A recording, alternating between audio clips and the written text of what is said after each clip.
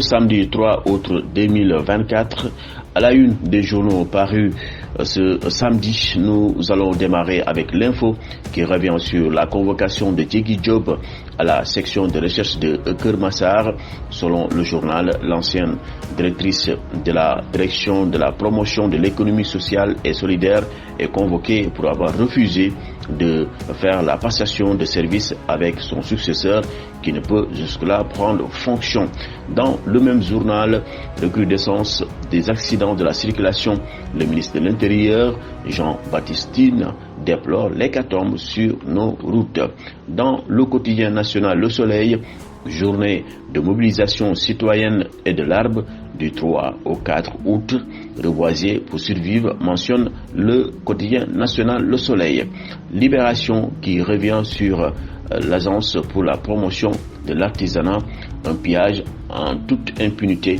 L'Égypte, puis la Cour des comptes recommande des poursuites judiciaires après le contrôle, les rapports enterrés. Comment le fonds garantie des projets artisanaux a été pillé en toute impunité, c'est à lire dans le journal Libération, qui revient également sur le trafic intérieur de drogue à Bignona. Malamine Badji, chef de village de Bala-Bassène, condamné à 10 ans de prison ferme. C'est à lire dans le journal Libération. Besbi, qui revient également sur le dossier de l'arbre qui cache la forêt, sur l'assainissement, un reportage sur les initiatives citoyennes dans les quartiers avec des cotisations pour un cadre de vie sain. Et puis toujours dans le même journal, une vidéo installe un malaise à l'urbanisme, guerre entre pro Bala Moussa et pro Abdoulaye Sow. C'est aussi à lire dans le journal Besbi. Et puis dans Dakar Presse, nouveau plan de circulation, le BRT dicte sa voie. Les charretiers et autres pousse-pousse enlevés du décor, ils sont interdits de circuler sur le tracé du bus.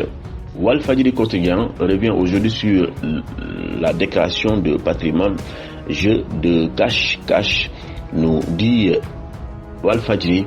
Et puis Air Sénégal SA, ses freins de l'envol, 5 directeurs généraux en 7 ans, l'État toujours actionnaire unique de Air Sénégal.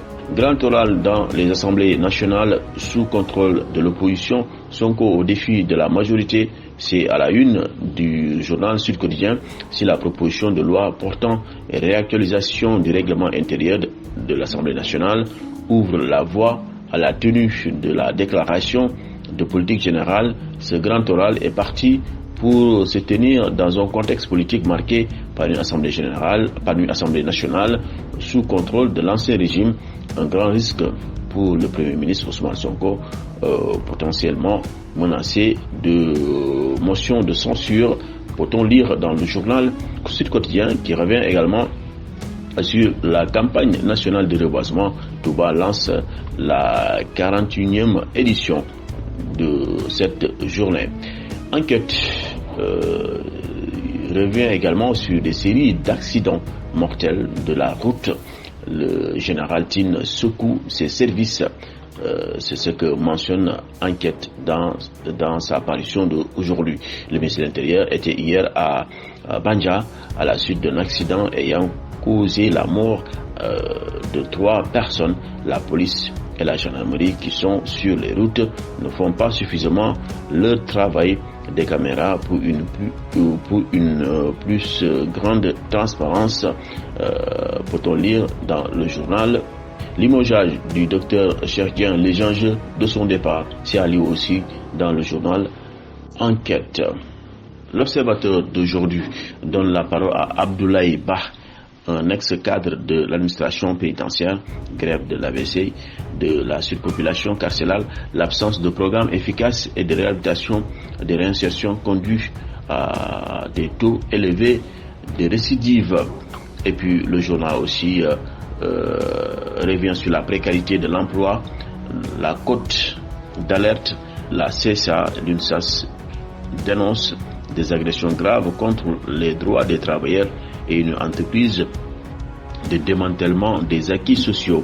Ces pratiques néfastes entraînent le désespoir de la jeunesse qui n'a d'alternative que l'immigration clandestine.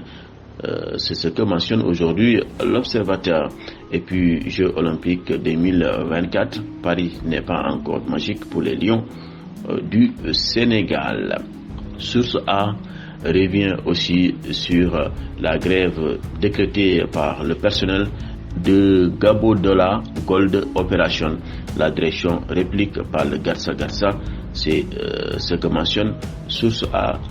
De ce samedi 3 août 2024, l'hécatombe, c'est sur toujours les accidents, 20 morts en l'espace de 10 jours sur nos routes. Les Échos revient aussi toujours avec les accidents. Jean-Baptistine ramasse tout le monde. Le journal aussi revient sur le parcours de Modou Lo qui est devenu un roi. Dans toujours les Échos business, Viviane lance un resto club au plateau et encense Bouba Ndour. Le quotidien revient sur les études de l'ANSD, conditions de vie des ménages. La pauvreté prend l'ascenseur. 500 000 nouveaux pauvres en 4 ans. Les ménages tenus par les femmes moins impactés. Et puis, à lire aussi dans le journal Le Quotidien, son maire est décédé, Rufisque Ouest, sans marre.